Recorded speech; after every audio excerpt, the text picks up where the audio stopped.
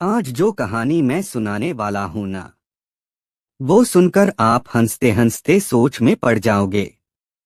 Imagine करो, एक मंत्री जो खुद को बादशाह अकबर से ज्यादा अक्लमंद मानता है, और वो अकबर के सामने ही बीरबल को सीधी चुनौती दे देता है। अगर तुम इतने समझदार हो तो इस सवाल का जवाब दो जो अब तक कोई नहीं दे पाया। अब बीरबल क्या करेगा?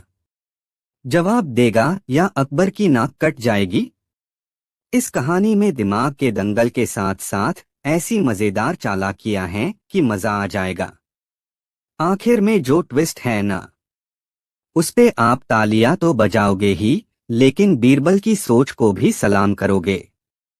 एकदम अंत तक सुनना, छोड़ा तो बीरबल आपको सपना में चिढ़ा देगा। और दोस्तों, आपका एक बार फिर से स्वागत है एल के मजेदार कहानियां यूट्यूब चैनल में। बीरबल और उस मंत्री की अजीब चुनौती जो खुद को अकबर से ज्यादा बुद्धिमान मानता था। एक बार की बात है, बादशाह अकबर का दरबार अपने शबाब पर था। हर दिन कोई न कोई नई बहस, अजीब शिकायत या हंसी ठाकों से भरी कोई चतुराई से भरी घटना होती ही थी। और जब तक बीरबल दरबार में मौजूद रहते, दरबार का हर दिन एक किस्सा बन जाता। लेकिन उस दिन माहौल कुछ अलग था। दरबार में अचानक एक नया मंत्री पेश हुआ। नाम था मंत्री चंद्रशेखर। दक्षिण के किसी रजवाड़े से आए थे, एक तेज तर्रार और घमंडी किस्म के विद्वान। सिर पर जरा टेढ़ी पगड़ी, चाल में घमंड और आवाज में अहंकार। जैसे ही उन्होंने दरबार में प्रवेश किया, उन्होंने एक गहरी झुकाव के साथ अकबर को सलाम किया और फिर बोले, जहां पनाह, आपने तो बीरबल को सबसे चतुर बताया है, लेकिन मैंने ऐसे ऐसे सवाल हल किए हैं जो विद्वान भी छोड़ देते हैं। क्या बीरबल मेरी चुनौती स्वीकार करेगा? दरबार में फुसफुसाहटें शुरू हो गईं। अकबर ने मुस्कुराते हुए कहा, बीरबल तो हर चुनौती के लिए तैयार रहते हैं। बताइए, आपकी चुनौती क्या है? बीरबल हमेशा की तरह मुस्कुराते हुए बोले, मंत्री जी, सवाल पूछिए, लेकिन ये याद रहे, जवाब अगर आपको शर्मिंदा कर दे तो बुरा मत मानिएगा। मंत्री चंद्रशेखर ने हाथ उठाया और गर्व से बोले, तो सुनिए मेरी पहली चुनौती। अगर बीरबल इतने चतुर हैं तो मुझे बताएं कि सच क्या होता है। दरबार एकदम शांत हो गया।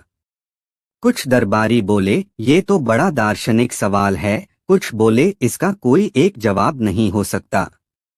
लेकिन बीरबल ने धीरे से मुस्कुराकर कहा, मंत्री जी, जवाब मिलेगा, लेकिन मेरी भी एक शर्त है। जवाब कल मिलेगा, पर वो आपको खुद के अनुभव से समझ आएगा। अकबर ने इजाजत दे दी। अगले दिन की चालाकी। अगली सुबह मंत्री चंद्रशेखर को किसी ने बताया कि बादशाह ने उन्हें निजी बाग में आमंत्रित किया है। वो तैयार होकर पहुंचे। बाग में बहुत बड़ा पत्थर रखा था। बीरबल वहां पहले से मौजूद थे। बीरबल बोले, मंत्री जी, इस पत्थर को उठाकर इस चौक तक लाइए। मंत्री ने ताज्जुब से पूछा, क्यों? बीरबल बोले, क्योंकि आपने पूछा था। सच क्या है मैं बताऊंगा, लेकिन इस पत्थर को पहले वहां तक ले जाइए। मंत्री ने जैसे तैसे पत्थर उठाया। पसीना पसीना होकर जब वो चौक तक पहुंचे तो बीरबल मुस्कुराते हुए बोले, मंत्री जी, अब बताइए, क्या ये पत्थर भारी था? मंत्री थका हुआ बोला, बहुत भारी था। बीरबल झुककर पत्थर के नीचे से एक लकड़ी निकाली और कहा, ये रही उस पत्थर को उठाने की छड़ी। अब उठाकर देखिए। पत्थर हल्का हो गया। मंत्री हैरान। बीरबल बोले, मंत्री जी, यही सच है। जब आप अपने अनुभव से कुछ महसूस करते हैं, वो सच होता है। और जब सही साधन मिलते हैं तो वही सच आसान लगने लगता है। सच एक अनुभव है, बहस नहीं। दरबारियों ने तालियां बजा दी। अकबर मुस्कुराते हुए बोले, मंत्री जी क्या आपको जवाब मिला? मंत्री चुप, लेकिन अहंकार अभी गया नहीं था। ठीक है बीरबल, मंत्री बोले, ये तो समझदारी थी। लेकिन अगला सवाल इससे भी मुश्किल है। दूसरी चुनौती किसका काम ज्यादा जरूरी है? मंत्री ने पूछा। बीरबल, दरबार में इतने सारे लोग हैं, कुछ सलाह देते हैं, कुछ आदेश देते हैं, कुछ खाना पकाते हैं, कुछ जमीन नापते हैं। बताइए किसका काम सबसे ज्यादा जरूरी है? बीरबल ने कहा, इसका जवाब मैं आज नहीं, परसों दूंगा। लेकिन शर्त यह है कि उस दिन आप पूरे दरबार में सबसे आखिरी में भोजन करें। मंत्री बोले, कोई बात नहीं, मुझे कोई फर्क नहीं पड़ता। योजना की चाल। 2 दिन बाद बीरबल ने दरबार की रसोई में सभी से कहा, मंत्री जी को आखिरी में खाना देना है, लेकिन जो बर्तन उन्हें दिया जाए उसमें केवल नमक और उबली रोटी हो। शाम को मंत्री जब खाने बैठे तो सामने सिर्फ एक थाली थी, रोटी और नमक। उन्होंने गुस्से में कहा, ये क्या मजाक है? बाकी सभी को शाही दावत मिली और मुझे ये? बीरबल आगे आए और बोले, आपने पूछा था किसका काम ज्यादा जरूरी है। आज अगर रसोइया न होता तो आप भूखे रहते। अगर सेवक न होता तो थाली नहीं आती। हर छोटा बड़ा काम जरूरी है। पद से नहीं, जरूरत से अहमियत बनती है। मंत्री के चेहरे की हवाइयां उड़ गईं। अकबर ने हंसते हुए कहा, बीरबल, तुमने फिर से साबित कर दिया कि बुद्धिमानी सिर्फ किताबों से नहीं आती, समझ से आती है। तीसरी और अंतिम चाल, अगर मैं तुमसे ज्यादा चतुर हूं तो मैं बीरबल बन सकता हूं, है ना? अब मंत्री ने आखिरी बार कहा, अगर मैं हर सवाल का जवाब दे सकता हूं तो क्यों न मैं बीरबल बन जाऊं? अकबर ने मजाक में पूछा, बीरबल, क्या मंत्री को तुम्हारी जगह दी जाए? बीरबल बोले, जरूर दीजिए, लेकिन मंत्री जी को एक दिन दरबार में बीरबल बनकर बैठना होगा, बिना किसी को बताए कि वो मंत्री हैं। जो भी दरबारी उनसे बात करेगा उसे लगना चाहिए कि वो बीरबल हैं। अकबर ने शर्त मान ली। मंत्री की बेइज्जती। अगले दिन मंत्री बीरबल की वेशभूषा में दरबार में बैठे।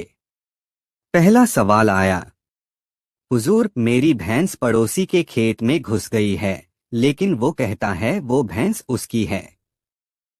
क्या करूं?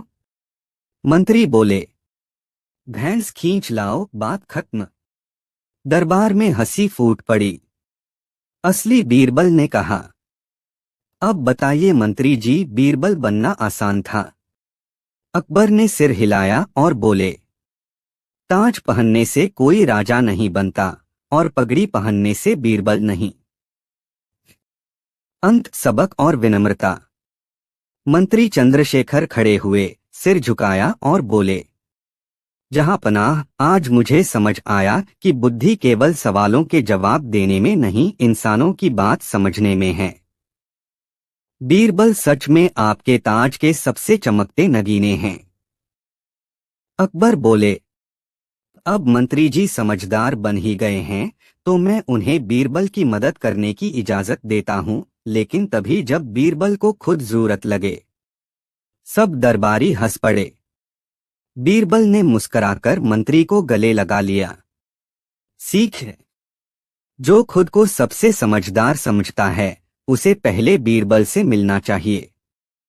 अगली नई कहानी, बीरबल और वो आदमी जो बिना बोले दरबार को हंसाने की चुनौती लेकर आया।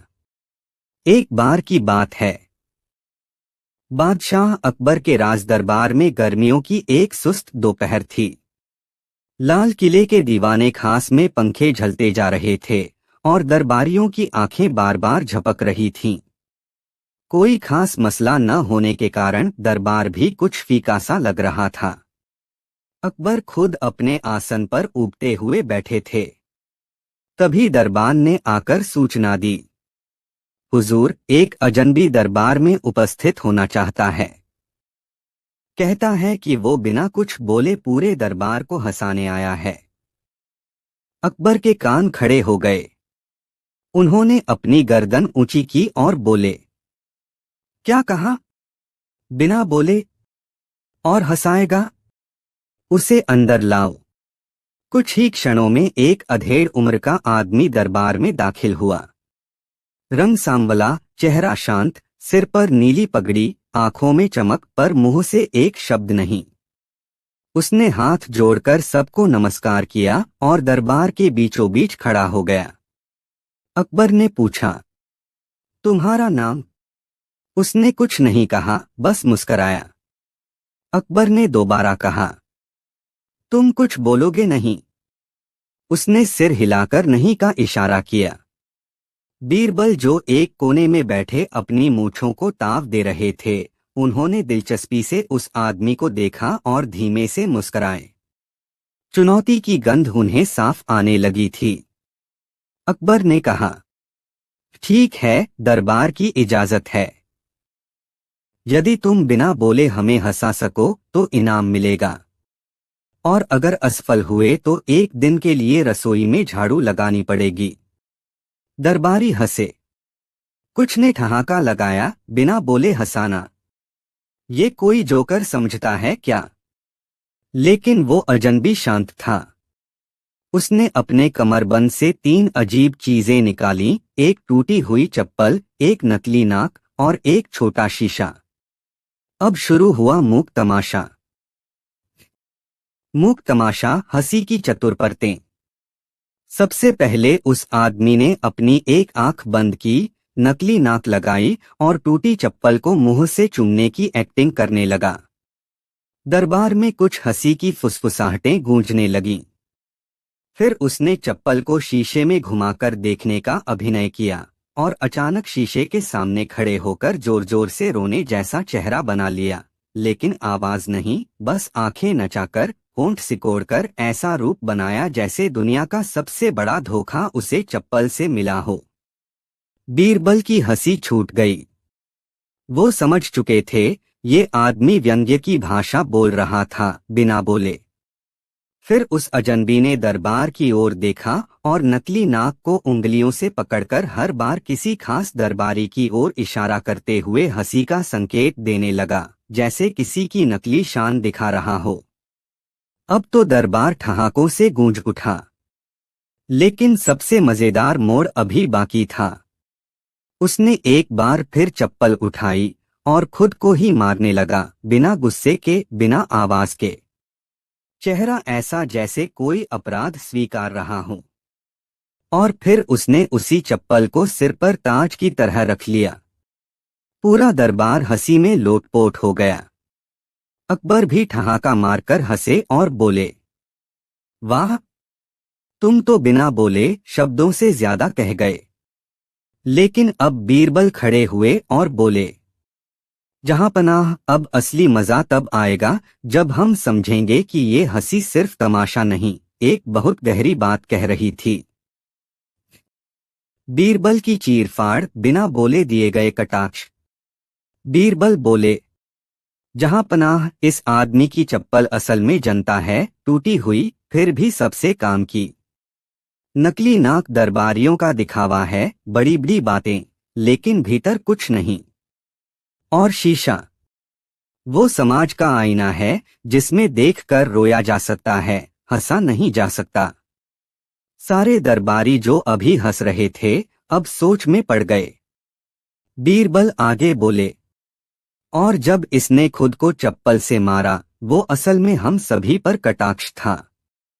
हम खुद को इतना विद्वान समझते हैं, पर असलियत में खुद से ही लड़ रहे होते हैं। अकबर मुस्कराए, तो तुम कह रहे हो कि ये आदमी एक दार्शनिक है, विदूषक नहीं? बीरबल बोले, यही तो कमाल है जहांपनाह, आज इसने साबित किया कि जब दुनिया शब्दों से ऊब जाती है तो इशारों में भी तलवार छुपी होती है। रहस्य खुला। वो आदमी कौन था? अकबर ने अब उस आदमी से पूछा। हमें बताओ, तुम कौन हो? उसने जेब से एक कागज निकाला। उसमें लिखा था, मेरा नाम है वाचाहीन। मैं एक कलाकार था। एक दिन मेरी आवाज चली गई, लेकिन मेरी बात नहीं। मैंने सोचा, अगर जिंदगी ने मुझसे बोलने की ताकत छीन ली तो क्या मैं अपनी बात कहना छोड़ दूं? नहीं।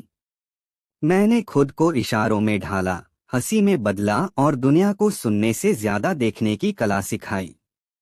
दरबार शांत था, अब तक की हंसी गहराई में बदल चुकी थी।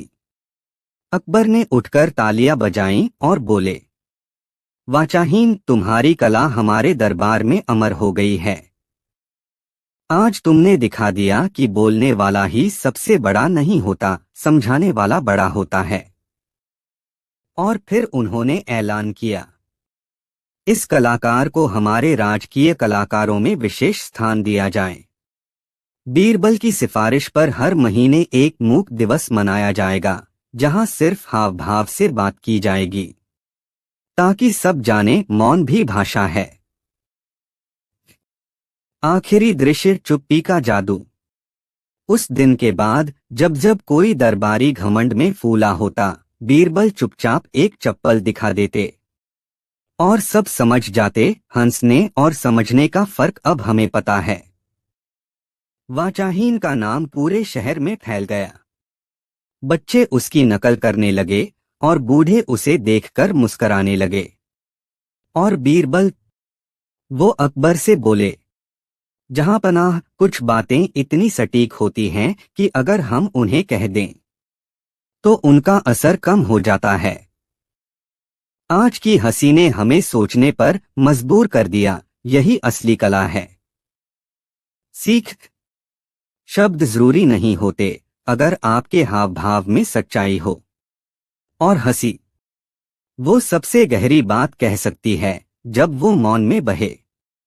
अगली नई कहानी, बीरबल और वो कैदी जिसने जेल से भागने के लिए खुद को ही गुम कर दिया। एक बार की बात है, बादशाह अकबर का राजकाज अपने चरम पर था और दिल्ली के किले में सब कुछ सामान्य लग रहा था, जब तक कि एक सुबह सुरक्षाधिकारियों ने आकर दरबार में खलबली मचा दी। सुरक्षा प्रमुख हांफते हुए दरबार में आया और सीधे अकबर के सामने झुकते हुए बोला, हुजूर, एक अजीब घटना घट गई है। किला कारागार से एक कैदी अचानक गायब हो गया है। अकबर ने चौंक कर पूछा, कैदी भाग गया? और चौकसी के बावजूद? नहीं हुजूर, सुरक्षाधिकारी बोला, दरअसल कैदी तो है, लेकिन पहचान नहीं पा रहे कि वो वही है या नहीं। वो कहता है कि वो नहीं है। और सबसे अजीब बात, उसकी शक्ल हूबहू उसी गायब हुए कैदी जैसी है। पूरा दरबार सन्न रह गया। बीरबल ने अपनी आंखें संकरी की। क्या मतलब? वो व्यक्ति जेल में है, लेकिन कह रहा है कि वो वही नहीं है। जी, सुरक्षा प्रमुख बोला, और उसके पास ऐसा कोई चिन्ह, नाम या जानकारी नहीं है जिससे यह साबित हो सके कि वह वही है जो पहले बंद था। हमारे पास जो रजिस्टर है उसमें उसका नाम, हुलिया और जुर्म सब लिखा है, लेकिन वह हर सवाल पर बस एक ही बात कहता है, मैं गलत इंसान हूं। अकबर ने सिर हिलाया और बोला, बीरबल, ये तुम्हारे समझदारी का मामला है। जाकर देखो क्या माजरा है। जेल में पहली मुलाकात। अगली सुबह बीरबल दिल्ली किले की जेल पहुंचे। वहां उन्हें एक हष्टपुष्ट, शांत चेहरा वाला आदमी मिला जो चुपचाप जमीन पर बैठा था। बीरबल ने पूछा, तुम्हारा नाम क्या है? आदमी बोला, मुझे नहीं पता। तुम्हें क्यों बंद किया गया? मुझे नहीं पता। जब आंख खुली तो मैं यहीं था। बीरबल मुस्कराए, तुम्हें अपने बारे में कुछ भी याद नहीं है? बिल्कुल नहीं। न नाम, न गांव, न जुर्म। मैं तो यहाँ गलती से आ गया हूँ। बीरबल ने जेलर को बुलाया और रजिस्टर मांगा। उसमें साफ लिखा था, नाम रामनाथ, गांव हसनपुर, जुर्म गांव के मंदिर से चांदी की मूर्ति चोरी करना, पकड़े जाने का समय 2 हफ्ते पहले। सबूत चोरी के वक्त पकड़ा गया, चांदी की मूर्ति उसी की थैली से बरामद हुई। बीरबल ने सिर खुजलाया। तो 2 हफ्ते पहले ये व्यक्ति पकड़ा गया था और अब अचानक इसे याद नहीं कि ये कौन है। जेलर बोला, जी पहले दिन वो पूरी तरह सामान्य था, लेकिन चौथे दिन से धीरे धीरे वो चुप रहने लगा। फिर अचानक एक सुबह बोला, मैं रामनाथ नहीं हूं। बीरबल समझ गए ये कोई चाल है। बीरबल की पहली परीक्षा, पहचान की उलझन। बीरबल ने दरबार में लौटकर पूरा मामला सुनाया। अकबर बोले, क्या ये हो सकता है कि ये कोई और व्यक्ति हो? असली कैदी भाग गया हो और ये कोई दूसरा हो? बीरबल बोले, संभव तो है, लेकिन जब तक हम प्रमाण न पाए कुछ नहीं कहा जा सकता। इसने खुद को गुम कर दिया है, अपने नाम, पहचान और इतिहास से। लेकिन ये भूल गया कि बीरबल जैसे लोग गुम नहीं होते। अकबर मुस्कुराए। तो क्या योजना है? एक जाल बिछाना होगा जहां इसकी याददाश्त की असलियत सामने आए। बीरबल की योजना, खोई याद के इर्द गिर्द। बीरबल ने अगले दिन उसी कैदी से अकेले में मिलने की इच्छा जताई। उन्होंने कैदी के सामने एक नया व्यक्ति लाकर खड़ा कर दिया और कहा, ये है तुम्हारा छोटा भाई अर्जुन। इसे देखते ही तुम्हारी याददाश्त लौट आएगी। कैदी ने उसे देखा और बोला, मैं इस व्यक्ति को नहीं जानता। बीरबल ने मुस्कराते हुए कहा, तुम सच कह रहे हो, ये तुम्हारा भाई नहीं है। लेकिन तुमने साफ साफ इसे नकारा, तो तुम्हें झूठ की पहचान है। इसका मतलब तुम सब जानते हो, सिर्फ मान नहीं रहे हो। कैदी चुप। अब बीरबल ने अगला वार किया। उन्होंने कहा, अच्छा, हम मान लेते हैं कि तुम रामनाथ नहीं हो, तो हम तुम्हें छोड़ देते हैं। लेकिन शर्त यह है, जैसे ही कोई दूसरा अपराधी सामने आएगा, तुम्हें उसके जुर्म की सजा काटनी होगी। तैयार हो? कैदी चौंका। क्यों? मैं क्यों किसी और की सजा भुगतूं? बीरबल बोले, तुम्हें तो याद ही नहीं कि तुम कौन हो। इसलिए अब से तुम सरकारी नामहीन हो और तुम्हारा उपयोग किसी भी अपराध के लिए किया जा सकता है। देश में जितने अपराध होंगे, हम एक एक दिन तुम्हारे हिस्से डालेंगे। कैदी की आंखें फैल गईं। माथे पर पसीना आ गया। नहीं, ये तो अन्याय है। बीरबल मुस्कराए। तो अन्याय समझ आता है, लेकिन अपना नाम याद नहीं। अब बताओ तुम कौन हो? कैदी ने सिर झुका लिया। कुछ क्षणों की चुप्पी के बाद वह बुदबुदाया, रामनाथ। मेरा नाम रामनाथ है। मैं ही हूं जिसने मंदिर से मूर्ति चुराई थी। पूरा सच सामने आ गया। दरबार में पर्दा उठा। अगले दिन बीरबल ने दरबार में सारी बात रखी। अकबर बोले, तो उसने जानबूझकर अपनी पहचान खोने का नाटक किया। बीरबल बोले, जी ये नया तरीका था, गायब होना बिना भागे। शरीर यहीं, लेकिन नाम, पहचान, इतिहास सब मिटा दिए। सोचिए, अगर ऐसा चलन बन जाए तो हर अपराधी खुद को गायब करके जेल में कानून को चकमा देगा। अकबर ने सिर हिलाया। बीरबल, तुमने फिर साबित किया कि चतुराई केवल चाल में नहीं, उसके जवाब में होती है। उस कैदी को सजा दी जाए, और इस नाटक के लिए दोगुनी। एक नई सजा, दिमागी सिखावन। बीरबल ने सुझाव दिया। हुजूर, मेरी राय में कैदी को 2 हफ्ते नामहीन बैरक में रखा जाए। वहां उसे हर दिन एक नई पहचान दी जाए, कभी बूटपालक, कभी रसोइया, कभी कवि। जब तक वो खुद से कहे मुझे मेरा असली नाम चाहिए, तब तक उसका नाम नहीं लिखा जाए। अकबर ने जोर की हंसी हंसी और कहा, तुम तो इंसान का दिमाग खोल देते हो बीरबल। सजा मंजूर है। अंत का संवाद। कुछ दिन बाद बीरबल ने कैदी से पूछा, अब बताओ, खुद को गुम करके क्या पाया? कैदी बोला, सिर्फ एक चीज की पहचान गुमाना आसान है, लेकिन ज़मीर से भागना नहीं। बीरबल मुस्कराए, बस यही समझना था। कभी कभी सबसे बड़ी भागदौड़ वो होती है जहां इंसान खुद से भागता है, लेकिन बीरबल जैसा कोई वहां आईना ले आता है। अगली नई कहानी। बीरबल और उस पंडित की चुनौती जिसने दरबार में झूठ को सच साबित कर दिया। एक बार की बात है, मुगल सम्राट अकबर का दरबार जैसे ही शुरू हुआ, बाहर पहरेदारों में खलबली मच गई। दरवाजे पर एक शानदार जटाजूटधारी पंडित केसरिया वस्त्रों में ऊंचे स्वर में घोष करता हुआ आया, मुझे सम्राट से मिलना है। मेरे पास ऐसा ज्ञान है जो झूठ को भी सच बना सकता है। पहरेदारों ने बात को मजाक समझा, लेकिन उसकी भाषा और आत्मविश्वास देखकर उसे दरबार में लाया गया। अकबर ने उसे देखा और बोले, पंडित जी, आप कौन हैं और किस उद्देश्य से दरबार आए हैं? पंडित ने अपनी जटाओं को पीछे किया, मुस्कराया और बोला, महाराज, मैं दक्षिण भारत के तथ्य तिरोहित मठ का महापंडित अंबिकानंद हूँ। मैंने वेदों, पुराणों और तर्कशास्त्रों में ऐसी सिद्धि पाई है कि मैं किसी भी झूठ को शास्त्र सम्मत तरीके से सच साबित कर सकता हूँ।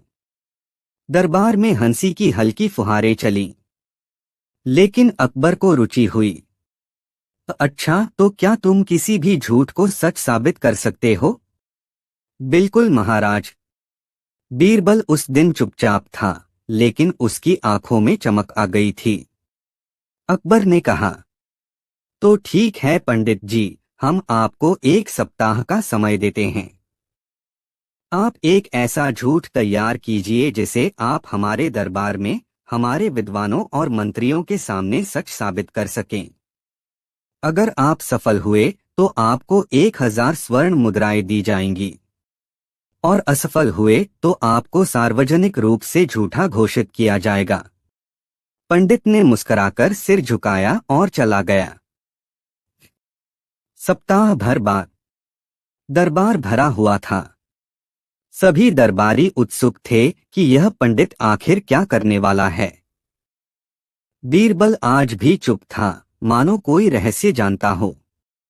पंडित ने मंच पर खड़े होकर अपनी कथावाचन की मुद्रा में कहा, हे सम्राट, हे विद्वान जन, आज मैं एक सच्चा प्रसंग सुनाने जा रहा हूँ।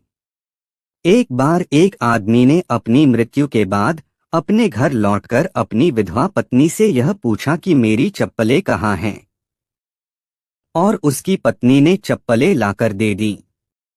तब उस मृत व्यक्ति ने चप्पलें पहनकर यमराज के पास वापस जाकर कह दिया कि मुझे अभी मरना नहीं है, मेरी चप्पलें भी यहीं थीं, और यमराज ने उसे छोड़ दिया। पूरा दरबार सन्न। अकबर ने कहा, पंडित जी, ये तो सरासर कल्पना है। कोई मृत व्यक्ति मरने के बाद घर वापस कैसे आ सकता है? पंडित ने तर्क प्रस्तुत करना शुरू किया। महाराज, वेदों में लिखा है, मनसा कल्पिता वस्तु सत्यमेव जायते, अर्थात जो हम सोचते हैं वही सत्य बनता है। जब कोई मनुष्य दृढ़ विश्वास से कल्पना करता है तो वह ब्रह्मांड की चेतना को प्रभावित करता है। मृत्यु स्थिर नहीं है, चेतना में प्रवाह है। उसने मंत्रों के उदाहरण दिए, उपनिषदों के संदर्भ दिए और इतनी जटिल बातें कहीं कि दरबार के आधे लोग मंत्रमुग्ध हो गए। एक दरबारी बोला, पंडित जी तो सचमुच ज्ञानी हैं। उन्होंने तो मृत व्यक्ति की वापसी को भी तर्क से समझा दिया। बीरबल मुस्कराया। वह अब तक शांत था। उसने धीरे से खड़े होकर कहा, महाराज, क्या मैं पंडित जी से 2 प्रश्न पूछ सकता हूं? जरूर, अकबर ने कहा। बीरबल बोला, पंडित जी, क्या उस मृत व्यक्ति की पत्नी ने भी उसकी मृत्यु देखी थी? पंडित मुस्कराया, बिल्कुल। और क्या उसने शव को अग्नि दी? हाँ, पूरी विधि विधान से। बीरबल मुस्कराया। तो फिर पंडित जी, जो चप्पलें उसने पहनी वे किसकी थीं? पंडित चौंका। बीरबल आगे बोला, उसकी चप्पलें तो चिता में जल चुकी थीं। तो क्या वो यमलोक से किसी और की चप्पलें चुराकर आया था? पूरा दरबार हंसी से गूंज गया।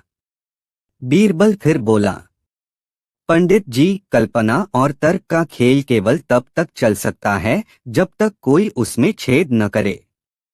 आप झूठ को तर्क से सच बना सकते हैं, पर बीरबल झूठ में तर्क से छेद करना जानता है। पंडित बुरी तरह बौखला गया। यह सब वेदों का अपमान है।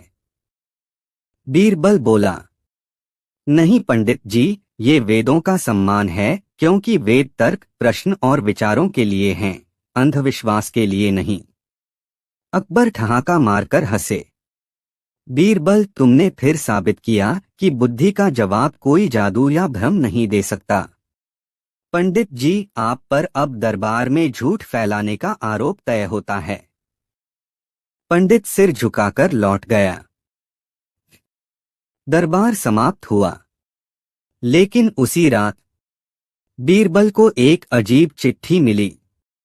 उसमें लिखा था, आपने आज एक झूठ को बेनकाब किया, लेकिन अगली बार झूठ खुद आपको सच बना देगा। मिलिए उस आदमी से जो बिना बोले पूरी सच्चाई कहता है। अगली नई कहानी। बीरबल और बेतु की घोषणाएं करता नगर सूचक, जिसकी चुनौती से पूरा राज्य हिल गया।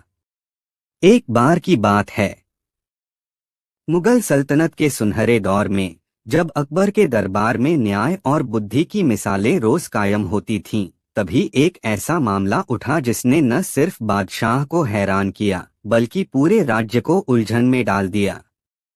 सब कुछ शुरू हुआ नगर सूचक की एक विचित्र घोषणा से। नगर सूचक वो व्यक्ति होता था जिसे खास तौर से नगर के बड़े सार्वजनिक संदेशों की घोषणा करने के लिए नियुक्त किया गया था। चाहे युद्ध का ऐलान हो या त्योहारों की छुट्टी, वही शाही संदेश को पूरे नगर में ढोल और नगाड़ों के साथ लोगों तक पहुंचाता था। पर इस बार जो हुआ वो अकल्पनीय था। नगर सूचक, जिसका नाम था घनश्याम भोंपू, अचानक एक सुबह शाही आदेश की तरह ऐलान करने लगा, सुनो, सुनो, कल से हर व्यक्ति अपने घर के दरवाजे को उल्टा लगाएगा, ऊपर नीचे की जगह नीचे ऊपर होगा। यह है बादशाह का आदेश। लोग चौंके, कुछ ने हंसकर टाल दिया, कुछ ने डर के मारे दरवाजे पलट दिए। कई दरबारी भी असमंजस में आ गए। घनश्याम भोंपू की आवाज 2 दिन बाद फिर गूंजी, कल से हर आदमी दिन में सोएगा और रात में खेत जोतेगा।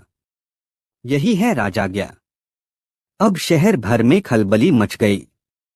किसान, व्यापारी और सेवक सब भ्रमित थे। कुछ सच मानकर तैयारी में जुट गए, कुछ इस नई राजाज्ञा की सत्यता जानने दरबार दौड़े। बादशाह अकबर तक यह शिकायतें पहुंची तो वो पहले तो हंसे, फिर माथा पकड़ लिया। ये आदमी आखिर कर क्या रहा है? हमने तो कोई ऐसा आदेश नहीं दिया। बीरबल मुस्कराए, हुजूर, मुझे इजाजत दीजिए कि मैं इस भोंपू को समझ सकूं।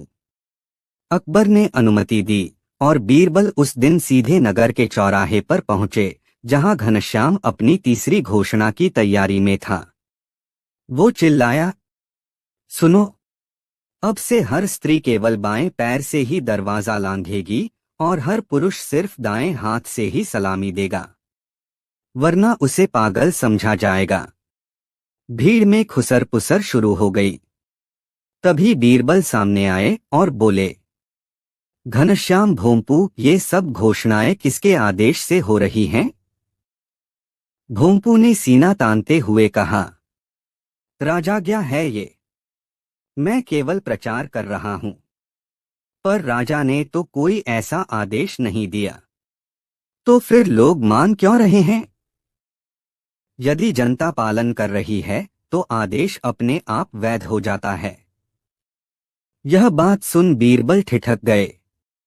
अब उन्हें समझ आ चुका था, यह कोई साधारण मूर्खता नहीं, कोई गहरी चाल थी। दरबार में पेशी। अगले दिन घनश्याम भोंपू को दरबार में तलब किया गया। अकबर ने गुस्से से पूछा, किसके आदेश से तुम ये बेतुकी घोषणाएं कर रहे हो? जहां पनाह, मेरी घोषणाएं भले ही आपकी तरफ से न हो, लेकिन प्रजा उनका पालन कर रही है। मैं सिर्फ जनता के व्यवहार को दिशा दे रहा हूं। अगर लोग मान लें तो बात सच हो जाती है। यह दलील सुन दरबारियों में हलचल मच गई। बीरबल मुस्कराए। तो घनश्याम जी, आप यह कह रहे हैं कि अगर झूठ पर लोग विश्वास कर लें तो वह झूठ नहीं रह जाता? बिल्कुल।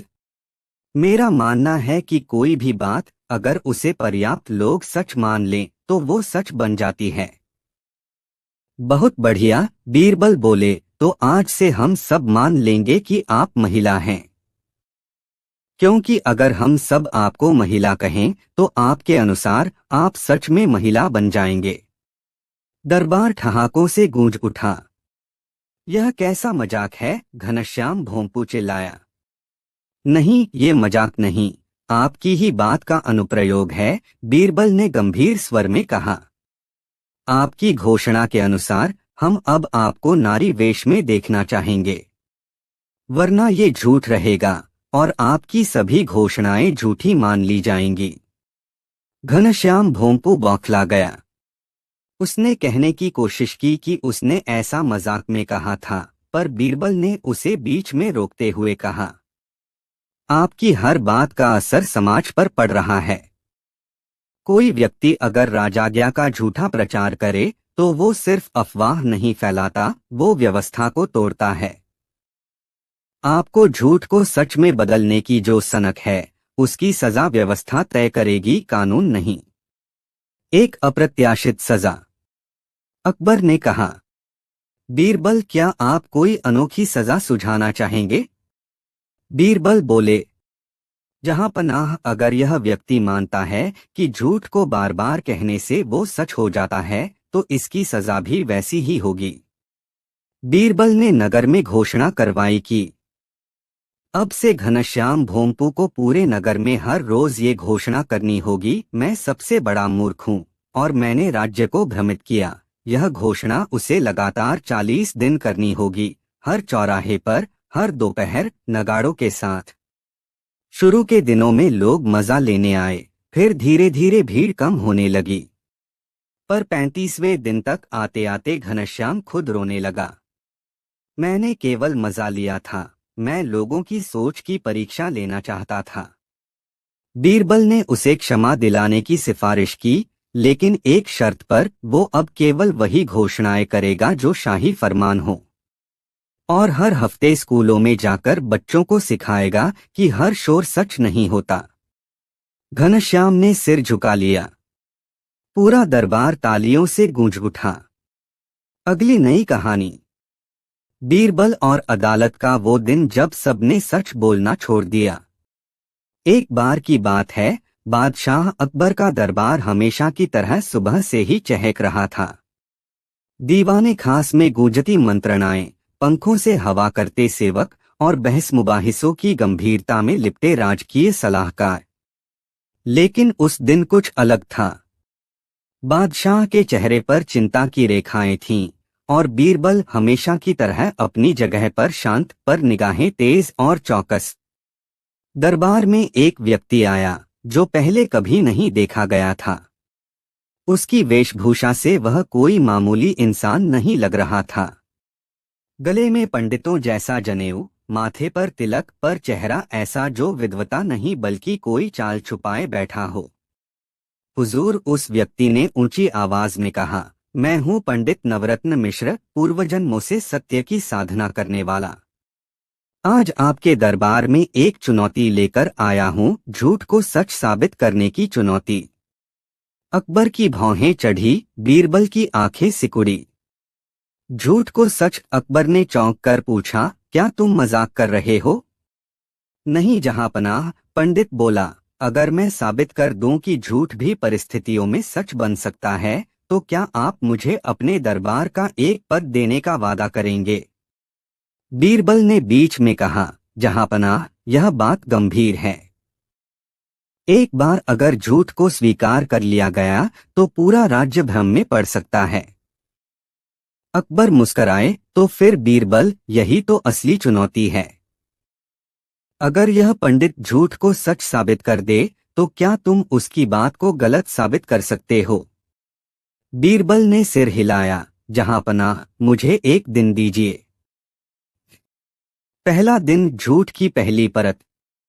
अगले दिन दरबार में पंडित नवरत्न एक बड़ी सी किताब लेकर आया। उसका कहना था कि इस किताब में प्राचीन वेदों से उद्धरण हैं जो उसकी बात को सही साबित करेंगे। उसने पहला झूठ कहा, पृथ्वी गोल नहीं, चपटी है। कई दरबारी हंस पड़े, लेकिन पंडित बोला, यह ऋग्वेद के अनुसार है। और उसने संस्कृत की एक जटिल पंक्ति पढ़ी जिसे कई लोग समझ नहीं पाए। दरबार में कुछ भ्रम फैल गया। अगर यह बात ग्रंथों में है तो क्या यह सच नहीं हो सकती? बीरबल ने मुस्कुराते हुए कहा, पंडित जी, क्या मैं पूछ सकता हूँ, आपकी यह वेद की प्रति कहाँ से आई? पंडित बोला, मुझे यह काशी के एक पुराने ऋषि ने दी। अद्भुत, बीरबल बोला, तो क्या आप उन ऋषि का नाम बता सकते हैं? स्वामी चंद्रानंद। बीरबल ने एक आदेश भेजा, काशी से किसी चंद्रानंद नामक ऋषि के होने की पुष्टि करवाई जाए। दूसरा दिन, झूठ को मान्यता। अब पंडित ने दूसरी घोषणा की, गाय 4 नहीं 8 पैरों वाली होती थी प्राचीन काल में। अब की बार दरबार में हंसी नहीं थी, बस एक असहज मौन। पंडित ने एक चित्र निकाला जिसमें 8 पैरों वाली गाय थी, स्पष्ट रूप से किसी कलाकार द्वारा बनाई गई छवि। यह प्रमाण है, पंडित बोला, पुरातन ग्रंथों से प्राप्त चित्र। कुछ दरबारी बोले, अगर प्रमाण है तो हम क्या कह सकते हैं? बीरबल ने धीरे से पूछा, पंडित जी, क्या ये चित्र आपने खुद बनाया? नहीं, पंडित ने झूठ बोला, यह मुझे नालंदा के एक पुस्तकालय से मिला। बीरबल ने मुस्कुराकर चित्र लिया और उसे गौर से देखा। नीचे लिखा था, चित्रांकन नवरत्न मिश्र, वर्ष 1556। अब दरबार में फुसफुसाहट शुरू हो गई।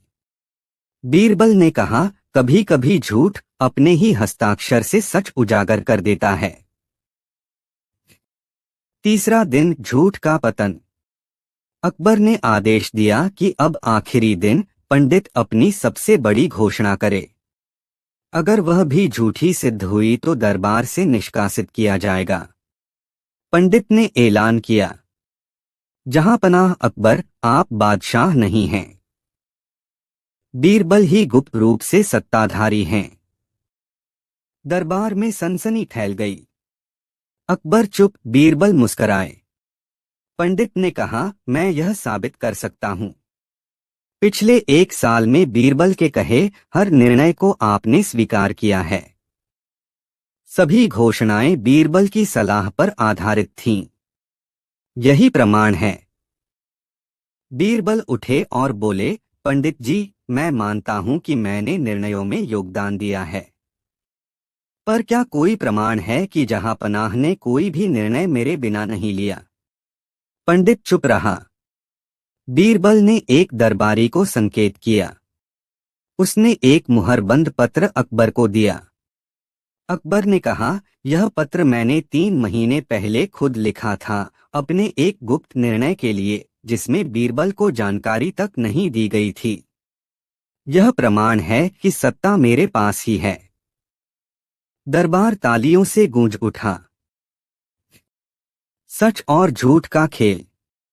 बीरबल आगे बोले, पंडित जी, आपने झूठ को सच की तरह प्रस्तुत करने की कोशिश की, पर झूठ में एक कमजोरी होती है, वह देर तक टिकता नहीं। वह या तो अपने शब्दों में फंसता है या समय की रोशनी में पिघल जाता है। पंडित ने सिर झुका लिया।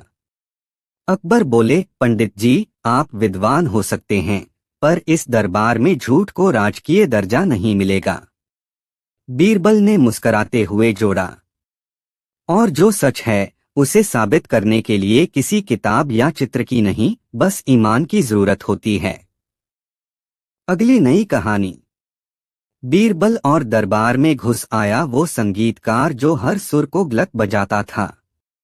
एक बार की बात है, बादशाह अकबर का दरबार अपनी चिरपरिचित गरिमा और वैभव के साथ चल रहा था। आम दरबारियों से लेकर दूरदराज के रईसों तक सभी इस दिव्य सभा में भाग लेने आए थे। राज दरबार में गंभीर चर्चा चल रही थी कि अचानक एक अजीब सी ध्वनि पूरे दीवाने खास में गूंज उठी, एक विचित्र, बेसुरी और कान फाड़ देने वाली बांसुरी की आवाज। बादशाह अकबर की भौहें सिकुड़ गईं। ये कौन है जो हमारे संगीत में जहर घोल रहा है? उन्होंने गुस्से में पूछा। दरबान भागता हुआ आया और बोला, हुजूर, एक संगीतकार आया है, नाम बताता है रागपुंज रामनाथ। कहता है कि उसकी धुनें इतनी नई हैं कि पुराने सुर खुद उसे समझने में असमर्थ हैं। अकबर मुस्कुराए, अजीब बात है, बुलाओ उसे। और बीरबल, तुम भी यहीं रहो। मुझे लगता है ये आदमी कुछ ज्यादा ही सुरों का पिटारा लेकर आया है। रागपुंज रामनाथ का आगमन। वह आदमी लंबा, दुबला और बेतरतीब पोशाक में था, कपड़े रंग बिरंगे, सिर पर 3 तरफ से फटी हुई पगड़ी और कंधे पर लटकती एक टूटी सी बांसुरी।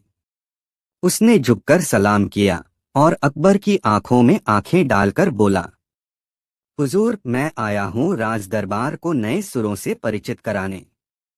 पुराने राग अब बूढ़े हो गए हैं, उनमें वो आग नहीं रही। मैं संगीत में क्रांति लाया हूँ। बीरबल ने हंसी रोकी, लेकिन धीरे से बोला, संगीत में क्रांतियां कानों में शूल। रामनाथ ने उसकी बात अनसुनी की और बांसुरी को होठों से लगाया। जो ध्वनि निकली उसे सुनकर ऐसे लगा जैसे घायल ऊंट रो रहा हो, बकरी हंस रही हो और मधुमक्खियां हारमोनियम बजा रही हों। अकबर की प्रतिक्रिया और दरबारियों का हाल। दरबार में सन्नाटा छा गया। कुछ दरबारी ने कानों में उंगलियां डाल लीं, तो कुछ ने गुस्से से रामनाथ को घूरा। लेकिन संगीतकार बेपरवाह था। उसने आंखें बंद कर लीं, जैसे किसी दिव्य तंद्रा में हो। अकबर बोले, रामनाथ, ये तुमने क्या सुनाया? हुजूर, वह बोला, ये है राग विपरीत राग, हर सुर का उल्टा सुर। ये मानव मस्तिष्क को चुनौती देता है, उसे सोचने पर मजबूर करता है। बीरबल ने धीरे से पूछा, और अगर मस्तिष्क सुनने से पहले ही हिल जाए तो क्या? रामनाथ बोला, बीरबल जी, आप नहीं समझेंगे। ये संगीत आम जन के लिए नहीं, बुद्धिजीवियों के लिए है। बीरबल की परीक्षा।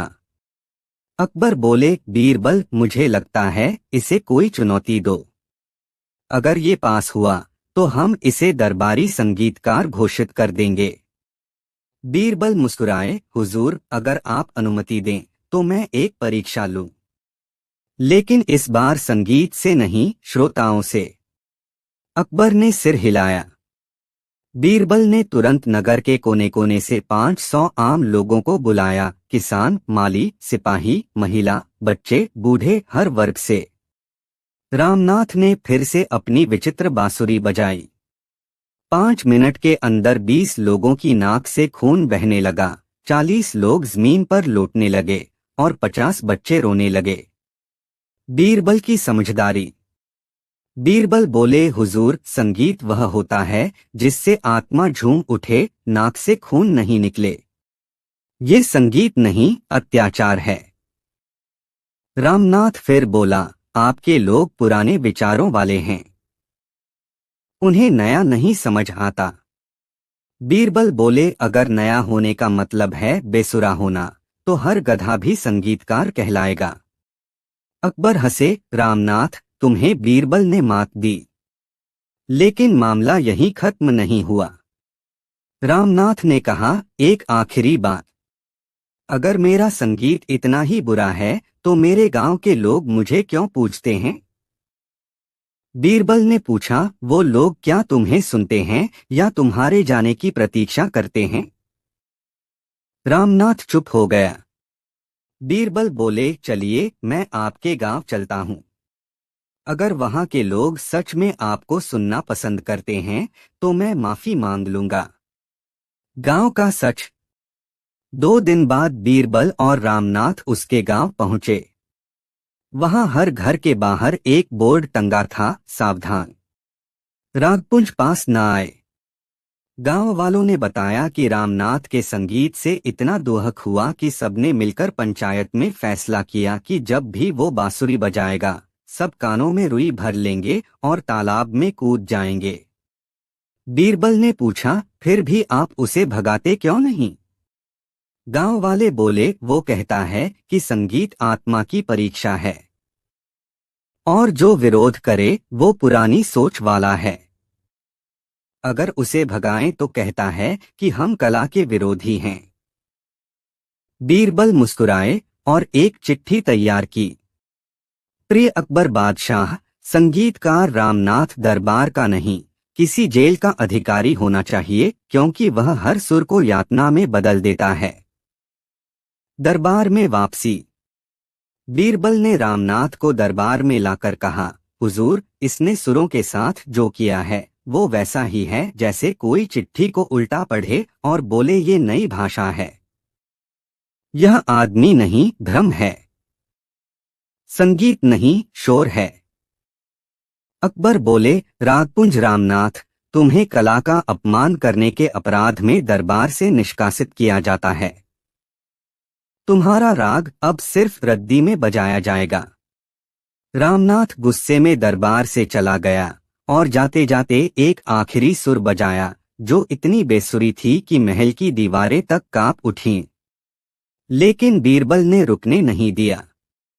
बीरबल ने तुरंत आदेश दिया, उस बांसुरी को राजकोष में बंद करो और उस सुर को इतिहास में एक चेतावनी के रूप में दर्ज करो कि हर नया प्रयोग क्रांति नहीं होता, कुछ सिर्फ शोर होते हैं। अगली नई कहानी। बीरबल और वो भिखारी जिसने खुद को दरबार का नया वित्त मंत्री घोषित कर दिया। एक दिन बादशाह अकबर के राजमहल के बाहर शाही नगाड़े कुछ ज्यादा ही देर तक बजते रहे। हर किसी को लगा कि शायद कोई विशेष घोषणा होने वाली है या कोई विदेशी दूतावास आ पहुंचा हो। लेकिन जब शाही द्वार के पास एक फटेहाल, जर्जर कपड़ों में लिपटा, एक आंख से काना, लाठी के सहारे चलता हुआ बूढ़ा भिखारी धीरे धीरे चढ़ते हुए सीधा महल की ओर बढ़ा तो हर सिपाही और दरबारी दंग रह गया। उसके माथे पर चूना लगा था, बालों में धूल जमी थी और गले में कुछ पुराने सिक्के एक रस्सी में बंधे थे जो किसी माला की तरह लटक रहे थे। मगर जो चीज सबसे चौंकाने वाली थी वो थी उसकी घोषणा। भिखारी ऊंची आवाज में चिल्लाया, सम्राट अकबर का नया वित्त मंत्री दरबार में आ पहुंचा है। कृपया अपने खजानों की चाबी लेकर मेरी अगवानी करें। दरबार के मुख्य द्वार पर खड़े सैनिक हंसी नहीं रोक पाए, पर उन्होंने उसकी हरकत को शरारत समझा और पकड़कर बाहर करने ही वाले थे कि अंदर से हुक्म आया, रुको, आने दो इसे। अकबर ने खुद सिंहासन से उठकर सिपाहियों को उसे भीतर लाने को कहा। सब चकित थे। दरबार में खलबली। बूढ़ा भिखारी हांफता हुआ दीवाने खास में दाखिल हुआ। शाही कालीनों के ऊपर उसकी गंदी झोपड़ी की गंध धीरे धीरे फैलने लगी। बीरबल सहित सारे मंत्री उसकी ओर देखने लगे जैसे कोई तमाशा शुरू होने वाला हो। अकबर ने ठंडी मुस्कान के साथ पूछा, क्या नाम है तुम्हारा और क्या सोचकर अपने आप को वित्त मंत्री कह रहे हो? भिखारी ने बिना झुके अकड़ते हुए कहा, नाम है धनकुबर। और अगर आपकी प्रजा में सबसे गरीब आदमी को ये पद नहीं दिया जाएगा तो अमीरों की चालाकी कौन समझेगा। दरबार में हलचल बढ़ गई। बीरबल ने मुस्कराते हुए पूछा, तो आप कह रहे हैं कि किसी देश का वित्त मंत्री बनने के लिए सबसे बड़ी योग्यता गरीबी होनी चाहिए? बिल्कुल, धनकुबर बोला, जो भूख देख चुका है वो जानता है कैसे अनाज को सुरक्षित रखा जाए। जो फटी जेब लेकर जीता है वही समझता है पैसे का मोल। बीरबल को चुनौती मिलने लगी। वह जानता था ये आम कोई साधारण पागल नहीं था। अद्भुत तर्कों की बारिश। अकबर ने पूछा, अगर तुम्हें वित्त मंत्री बना दिया जाए तो क्या करोगे? धनकुबर बोला, सभी कर को उल्टा कर दूंगा। गरीबों से कुछ नहीं, अमीरों से सब कुछ। हर महीने जनता को खर्च बोनस मिलेगा और जो पैसा खर्च न करे उसे जुर्माना लगेगा। बीरबल बोला, ये कौन सी अर्थनीति है? समझ लो, ये भिखारी सिद्धांत है। धनकुबर बोला, आपकी अर्थव्यवस्था आज इसलिए बीमार है क्योंकि पैसा सोने की तिजोरी में बंद पड़ा है। मैं उसे सड़कों पर बहाऊंगा। अकबर को मजा आने लगा। अच्छा, अकबर बोले, अगर तुम्हें एक दिन के लिए वित्त मंत्री बना दूं तो क्या साबित कर सकते हो? मैं साबित कर दूंगा कि आपकी अर्थव्यवस्था आज तक झूठ पर टिकी रही है। मैं एक दिन में आपकी सच्चाई खोल दूंगा। बीरबल की जिज्ञासा। बीरबल अब चुप नहीं रह सका। ठीक है, एक दिन के लिए नहीं, आधे दिन के लिए ही सही, लेकिन तुम्हें दरबार की नकल करनी होगी, मतलब सभी खजांची, राजस्व अधिकारी और नगरसेवकों की जिम्मेदारियों का निरीक्षण। अकबर हंस पड़े और बोले, तो तय हुआ। आज दोपहर तक तुम दरबार के वित्त मंत्री हो, पर अगर तुम असफल हुए तो तुम्हें कभी दरबार में घुसने नहीं मिलेगा। धनकुबर की आंख चमकी। स्वीकार है। नकली वित्त मंत्री की असली चाल। धनकुबर ने दरबार के सभी आयव्यय दस्तावेज मंगवाए। सबको हैरत हुई कि उसने पढ़ाई लिखाई में काफी समझ दिखाई। उसने हर विभाग से 3 सवाल पूछे। एक, आपने पिछले साल जितना कमाया उसमें से कितने कर्मचारियों को तनख्वाह मिली? 2, क्या कोई गुप्त खाता है जिसमें कोई खास खर्च दिखाया गया है? 3, क्या कोई ऐसा व्यक्ति है जिसे बिना पद के भत्ता मिल रहा है? तीनों सवालों पर कई मंत्री लड़खड़ाने लगे। धनकुबर ने एक राजस्व अधिकारी को बुलाया और कहा, आपके विभाग में 5 ऐसे नाम दर्ज हैं जिन्हें तनख्वाह मिल रही है लेकिन अस्तित्व नहीं है। आप इनमें से किसी से मिले हैं क्या? वो चुप। इनमें से एक का नाम धोबीदास बाबू है। ये आपके ही मोहल्ले में नहीं रहते। राजस्व अधिकारी पसीना पसीना हो गया। झूठ की चादर फटने लगी। धनकुबर ने अगले 2 घंटे में कई चौंकाने वाले भेद खोले। 5 ऐसे गांव जो रिकॉर्ड पर थे लेकिन जमीन पर मौजूद नहीं थे। 2 मंत्री जो अपने ससुराल को राजकीय गाड़ी में सब्जी भिजवाते थे। खजाने से हर महीने उपहार व्यय के नाम पर निकलने वाली एक मोटी रकम जिसका कोई हिसाब नहीं था। बीरबल भी अब सतर्क हो गया था। उसने धीरे से अकबर के कान में कहा, जहां तक मुझे लगता है ये आदमी या तो कोई पूर्व दरबारी है जो बदले में आया है या फिर बहुत ही चतुर चालाक। भिखारी नहीं, बेनकाब करने वाला नकाबपोश। अंत में जब धनकुबर ने दरबार के सबसे पुराने मंत्री तिलकचंद पर सवाल उठाया, आपका बेटा ताश खेलता है पर आपके नाम से उसे छात्रवृत्ति क्यों मिलती है? तब तिलकचंद चीख उठा, बस अब काफी हुआ, इस पागल को बाहर निकालो। पर तब तक बीरबल खड़ा हो चुका था। नहीं, इस पागल को तो अब हम सलाम करेंगे। धनकुबर ने मुस्कुराकर अपनी जटाओं से एक पुराना लटकता हुआ दस्तावेज निकाला। ये रहा मेरा असली नाम अनंतदास। मैं सालों पहले यही मंत्री था जिसे बेईमानी का विरोध करने पर दरबार से बाहर कर दिया गया था। तब से मैं देखता रहा और अब समय आया जवाब का। अकबर का फैसला। सन्नाटा छा गया। कुछ दरबारी सिर झुकाकर खड़े हो गए। अकबर बहुत देर तक चुप रहे। फिर बोले, अगर कोई सच को झूठ समझे तो वो अपराध है, लेकिन अगर कोई झूठ को सच बना दे वो अद्भुत है। अनंतदास उर्फ धनकुबर को हम दरबार का विशेष सत्यविज्ञानी घोषित करते हैं। उसे अधिकार होगा कि हर 3 महीने में हर विभाग की जांच करे। एक भिखारी बनकर, एक नागरिक बनकर या फिर एक गलती खोजने वाले बनकर। सभी दरबारियों ने सिर झुका लिया। बीरबल ने मुस्कराकर कहा, सच्चाई चाहे जिस रूप में आए, उसके पास हमेशा दस्तावेज होते हैं और इरादा भी। अगली नई कहानी। बीरबल और वो खामोश पंडा जो हर जवाब इशारे से देता था।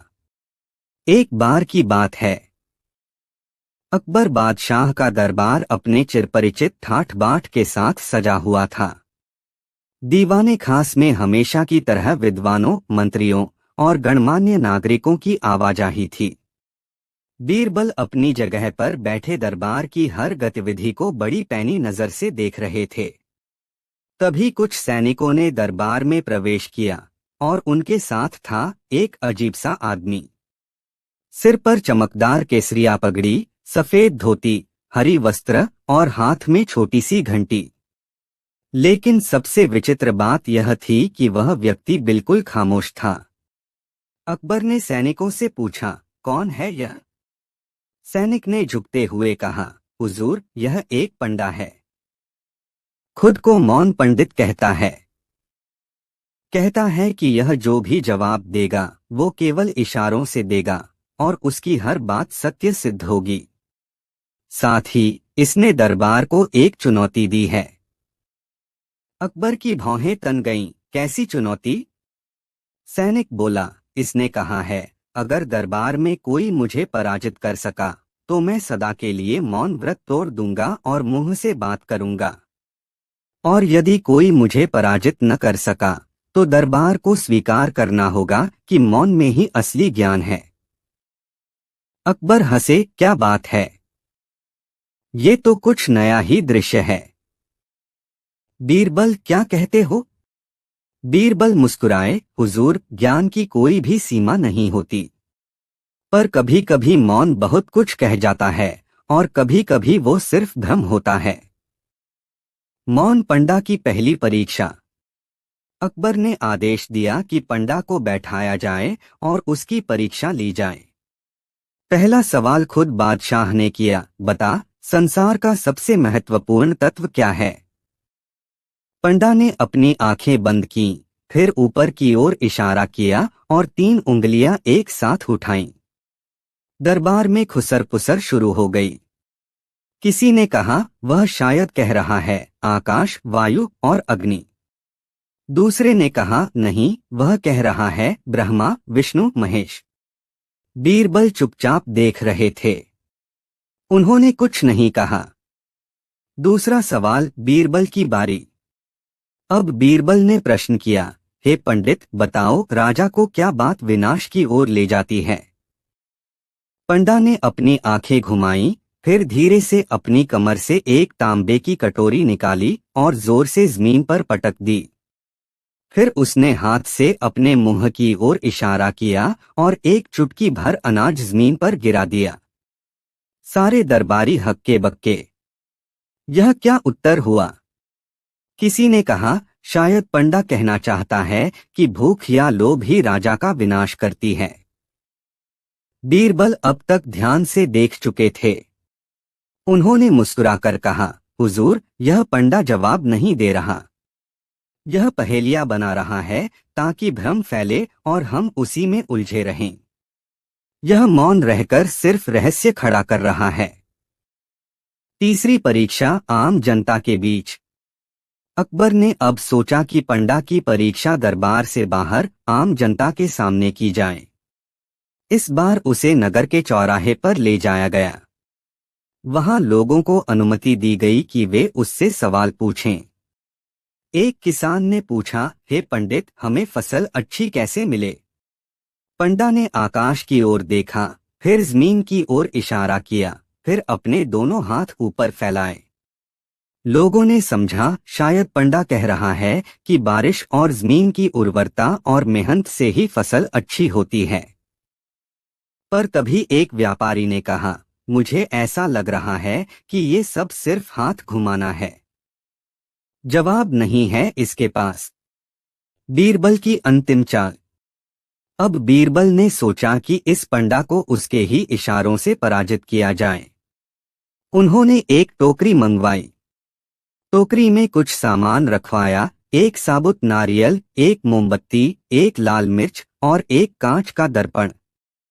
फिर टोकरी पंडा के सामने रखी गई। बीरबल बोले, हे पंडित, बिना बोले इशारों से बताओ, इनमें से सबसे खतरनाक वस्तु कौन सी है? पंडा कुछ देर तक टोकरी को देखता रहा। फिर उसने नारियल को उठाया। दरबारियों ने देखा बीरबल मुस्कुरा रहे हैं। अकबर ने पूछा, बीरबल बताओ, इसने नारियल को क्यों उठाया? बीरबल बोले, इसका कोई तर्क नहीं है हुजूर, क्योंकि अगली बार अगर मैं पंडा से पूछूं कि सबसे मीठी वस्तु कौन सी है, तो वह शायद वही नारियल फिर से उठा ले। यह सिर्फ अनुमान है, ज्ञान नहीं। पंडा की हार। अकबर को अब बात समझ आ गई थी। उन्होंने कहा, हे पंडित, अब यह स्पष्ट है कि तुम मौन की आड़ में लोगों को भ्रमित कर रहे थे। ज्ञान का काम केवल रहस्य बनाना नहीं, समाधान भी देना है। बीरबल ने तुम्हारी असलियत दिखा दी है। पंडा झुक गया।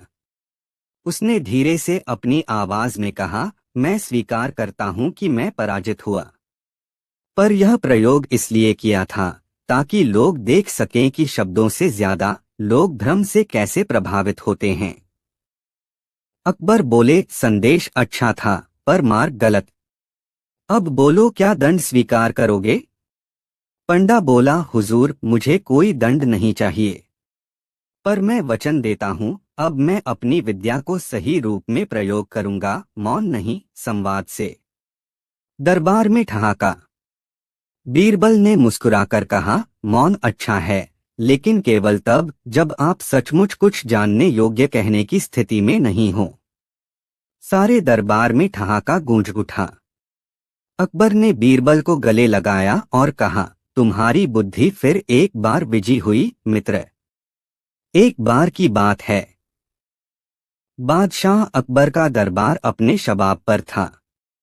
हर दिन कोई न कोई नई बहस, अजीब शिकायत या हंसी ठाकों से भरी कोई चतुराई से भरी घटना होती ही थी। और जब तक बीरबल दरबार में मौजूद रहते, दरबार का हर दिन एक किस्सा बन जाता। लेकिन उस दिन माहौल कुछ अलग था।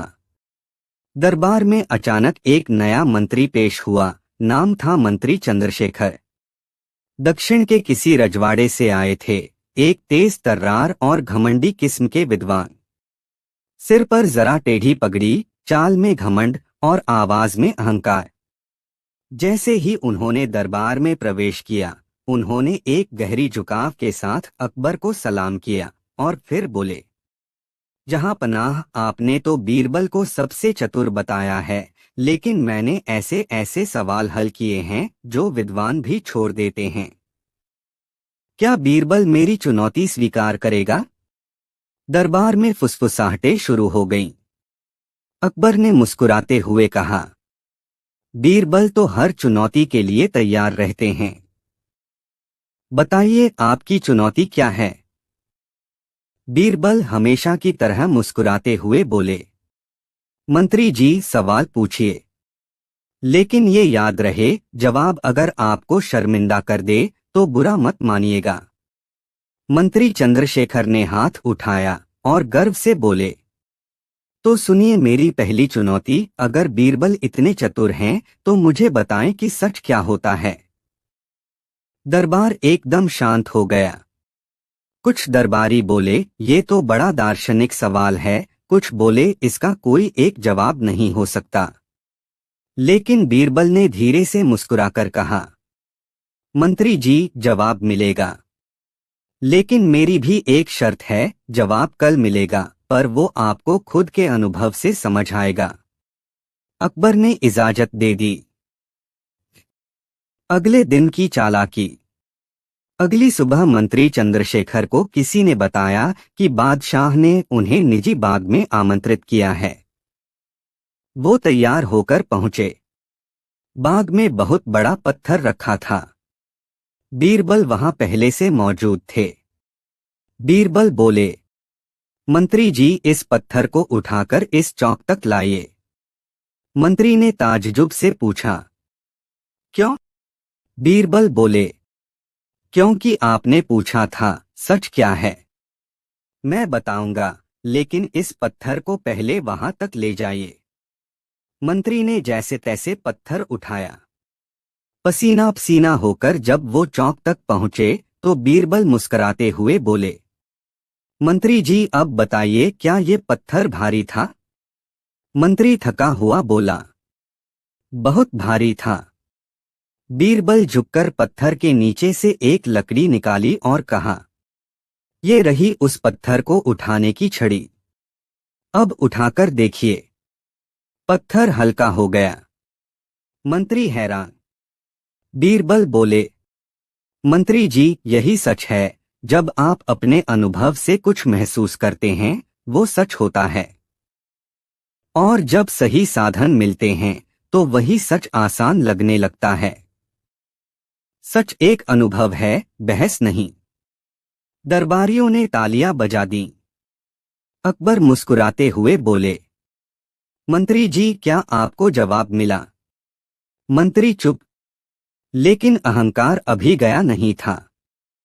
ठीक है बीरबल, मंत्री बोले, ये तो समझदारी थी। लेकिन अगला सवाल इससे भी मुश्किल है। दूसरी चुनौती, किसका काम ज्यादा जरूरी है? मंत्री ने पूछा। बीरबल, दरबार में इतने सारे लोग हैं, कुछ सलाह देते हैं, कुछ आदेश देते हैं, कुछ खाना पकाते हैं, कुछ जमीन नापते हैं। बताइए, किसका काम सबसे ज्यादा जरूरी है? बीरबल ने कहा, इसका जवाब मैं आज नहीं, परसों दूंगा। लेकिन शर्त यह है कि उस दिन आप पूरे दरबार में सबसे आखिरी में भोजन करें। मंत्री बोले, कोई बात नहीं, मुझे कोई फर्क नहीं पड़ता। योजना की चाल। 2 दिन बाद बीरबल ने दरबार की रसोई में सभी से कहा, मंत्री जी को आखिरी में खाना देना है, लेकिन जो बर्तन उन्हें दिया जाए उसमें केवल नमक और उबली रोटी हो। शाम को मंत्री जब खाने बैठे तो सामने सिर्फ एक थाली थी, रोटी और नमक। उन्होंने गुस्से में कहा, ये क्या मजाक है? बाकी सभी को शाही दावत मिली और मुझे ये? बीरबल आगे आए और बोले, आपने पूछा था किसका काम ज्यादा जरूरी है। आज अगर रसोइया न होता तो आप भूखे रहते। अगर सेवक न होता तो थाली नहीं आती। हर छोटा बड़ा काम जरूरी है। पद से नहीं, जरूरत से अहमियत बनती है। मंत्री के चेहरे की हवाइयां उड़ गईं। अकबर ने हंसते हुए कहा, बीरबल, तुमने फिर से साबित कर दिया कि बुद्धिमानी सिर्फ किताबों से नहीं आती, समझ से आती है। तीसरी और अंतिम चाल, अगर मैं तुमसे ज्यादा चतुर हूं तो मैं बीरबल बन सकता हूं, है ना? अब मंत्री ने आखिरी बार कहा, अगर मैं हर सवाल का जवाब दे सकता हूं तो क्यों न मैं बीरबल बन जाऊं? अकबर ने मजाक में पूछा, बीरबल, क्या मंत्री को तुम्हारी जगह दी जाए? बीरबल बोले, जरूर दीजिए। लेकिन मंत्री जी को एक दिन दरबार में बीरबल बनकर बैठना होगा, बिना किसी को बताए कि वो मंत्री हैं। जो भी दरबारी उनसे बात करेगा उसे लगना चाहिए कि वो बीरबल हैं। अकबर ने शर्त मान ली। मंत्री की बेइज्जती। अगले दिन मंत्री बीरबल की वेशभूषा में दरबार में बैठे। पहला सवाल आया, हुजूर, मेरी भैंस पड़ोसी के खेत में घुस गई है, लेकिन वो कहता है वो भैंस उसकी है। क्या करूं? मंत्री बोले, भैंस खींच लाओ, बात खत्म। दरबार में हंसी फूट पड़ी। असली बीरबल ने कहा, अब बताइए मंत्री जी, बीरबल बनना आसान था। अकबर ने सिर हिलाया और बोले, ताज पहनने से कोई राजा नहीं बनता और पगड़ी पहनने से बीरबल नहीं। अंत सबक और विनम्रता। मंत्री चंद्रशेखर खड़े हुए, सिर झुकाया और बोले, जहां पनाह, आज मुझे समझ आया कि बुद्धि केवल सवालों के जवाब देने में नहीं, इंसानों की बात समझने में है। बीरबल सच में आपके ताज के सबसे चमकते नगीने हैं। अकबर बोले, अब मंत्री जी समझदार बन ही गए हैं, तो मैं उन्हें बीरबल की मदद करने की इजाजत देता हूं, लेकिन तभी जब बीरबल को खुद जरूरत लगे। सब दरबारी हंस पड़े। बीरबल ने मुस्कराकर मंत्री को गले लगा लिया। सीख है, जो खुद को सबसे समझदार समझता है, उसे पहले बीरबल से मिलना चाहिए। अगली नई कहानी, बीरबल और वो आदमी जो बिना बोले दरबार को हंसाने की चुनौती लेकर आया। एक बार की बात है, बादशाह अकबर के राज दरबार में गर्मियों की एक सुस्त दोपहर थी। लाल किले के दीवाने खास में पंखे झलते जा रहे थे और दरबारियों की आंखें बार बार झपक रही थीं। कोई खास मसला न होने के कारण दरबार भी कुछ फीका सा लग रहा था। अकबर खुद अपने आसन पर ऊबते हुए बैठे थे। तभी दरबान ने आकर सूचना दी, हुजूर, एक अजनबी दरबार में उपस्थित होना चाहता है। कहता है कि वो बिना कुछ बोले पूरे दरबार को हंसाने आया है। अकबर के कान खड़े हो गए। उन्होंने अपनी गर्दन ऊंची की और बोले, क्या कहा? बिना बोले और हंसाएगा? उसे अंदर लाओ। कुछ ही क्षणों में एक अधेड़ उम्र का आदमी दरबार में दाखिल हुआ।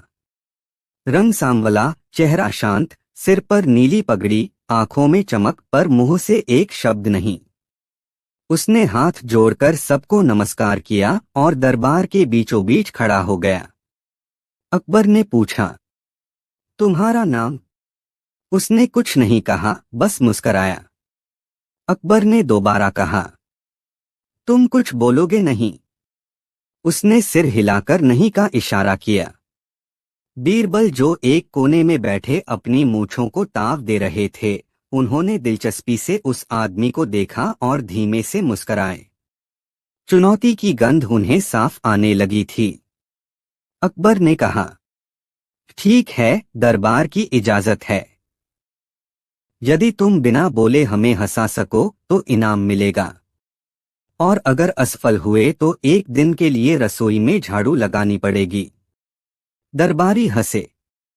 कुछ ने ठहाका लगाया, बिना बोले हंसाना, ये कोई जोकर समझता है क्या? लेकिन वो अजनबी शांत था।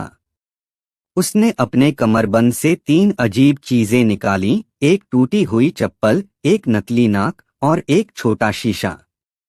अब शुरू हुआ मूक तमाशा। मूक तमाशा, हंसी की चतुर परतें। सबसे पहले उस आदमी ने अपनी एक आंख बंद की, नकली नाक लगाई और टूटी चप्पल को मुंह से चूमने की एक्टिंग करने लगा। दरबार में कुछ हंसी की फुसफुसाहटें गूंजने लगीं। फिर उसने चप्पल को शीशे में घुमाकर देखने का अभिनय किया और अचानक शीशे के सामने खड़े होकर जोर जोर से रोने जैसा चेहरा बना लिया, लेकिन आवाज नहीं, बस आंखें नचाकर, होंठ सिकोड़कर ऐसा रूप बनाया जैसे दुनिया का सबसे बड़ा धोखा उसे चप्पल से मिला हो। बीरबल की हंसी छूट गई। वो समझ चुके थे, ये आदमी व्यंग्य की भाषा बोल रहा था, बिना बोले। फिर उस अजनबी ने दरबार की ओर देखा और नकली नाक को उंगलियों से पकड़कर हर बार किसी खास दरबारी की ओर इशारा करते हुए हंसी का संकेत देने लगा। जैसे किसी की नकली शान दिखा रहा हो। अब तो दरबार ठहाकों से गूंज उठा। लेकिन सबसे मजेदार मोड़ अभी बाकी था। उसने एक बार फिर चप्पल उठाई और खुद को ही मारने लगा, बिना गुस्से के, बिना आवाज के। चेहरा ऐसा जैसे कोई अपराध स्वीकार रहा हो।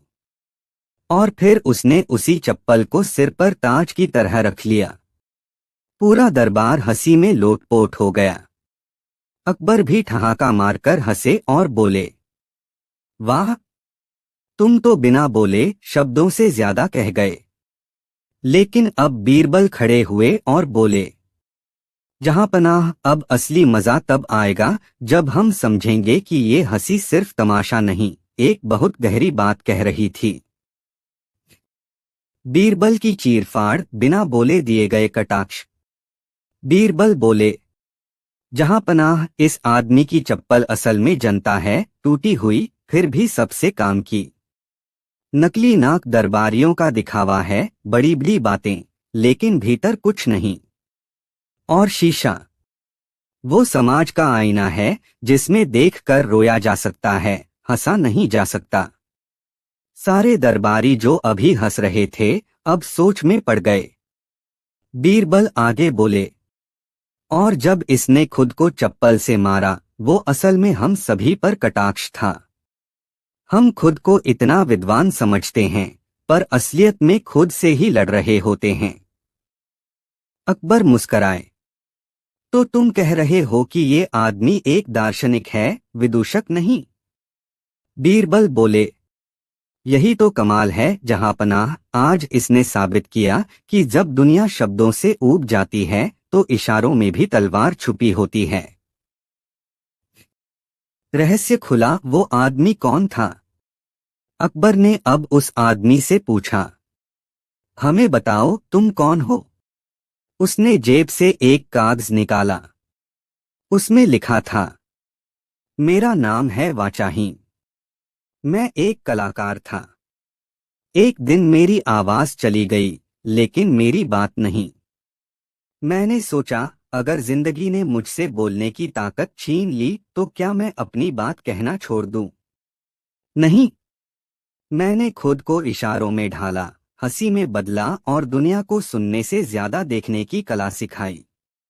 दरबार शांत था, अब तक की हंसी गहराई में बदल चुकी थी। अकबर ने उठकर तालियां बजाईं और बोले, वाचाहीन, तुम्हारी कला हमारे दरबार में अमर हो गई है। आज तुमने दिखा दिया कि बोलने वाला ही सबसे बड़ा नहीं होता, समझाने वाला बड़ा होता है। और फिर उन्होंने ऐलान किया, इस कलाकार को हमारे राजकीय कलाकारों में विशेष स्थान दिया जाए। बीरबल की सिफारिश पर हर महीने एक मूक दिवस मनाया जाएगा, जहां सिर्फ हाव भाव से बात की जाएगी, ताकि सब जाने मौन भी भाषा है। आखिरी दृश्य, चुप्पी का जादू। उस दिन के बाद जब जब कोई दरबारी घमंड में फूला होता, बीरबल चुपचाप एक चप्पल दिखा देते और सब समझ जाते, हंसने और समझने का फर्क अब हमें पता है। वाचाहीन का नाम पूरे शहर में फैल गया। बच्चे उसकी नकल करने लगे और बूढ़े उसे देखकर मुस्कराने लगे। और बीरबल, वो अकबर से बोले, जहांपनाह, कुछ बातें इतनी सटीक होती हैं कि अगर हम उन्हें कह दें तो उनका असर कम हो जाता है। आज की हंसी ने हमें सोचने पर मजबूर कर दिया, यही असली कला है। सीख, शब्द जरूरी नहीं होते अगर आपके हाव भाव में सच्चाई हो। और हंसी, वो सबसे गहरी बात कह सकती है जब वो मौन में बहे। अगली नई कहानी, बीरबल और वो कैदी जिसने जेल से भागने के लिए खुद को ही गुम कर दिया। एक बार की बात है, बादशाह अकबर का राजकाज अपने चरम पर था और दिल्ली के किले में सब कुछ सामान्य लग रहा था, जब तक कि एक सुबह सुरक्षाधिकारियों ने आकर दरबार में खलबली मचा दी। सुरक्षा प्रमुख हांफते हुए दरबार में आया और सीधे अकबर के सामने झुकते हुए बोला, हुजूर, एक अजीब घटना घट गई है। किला कारागार से एक कैदी अचानक गायब हो गया है। अकबर ने चौंक कर पूछा। कैदी भाग गया। और चौकसी के बावजूद? नहीं हुजूर, सुरक्षाधिकारी बोला। दरअसल कैदी तो है, लेकिन पहचान नहीं पा रहे कि वो वही है या नहीं। वो कहता है कि वो नहीं है।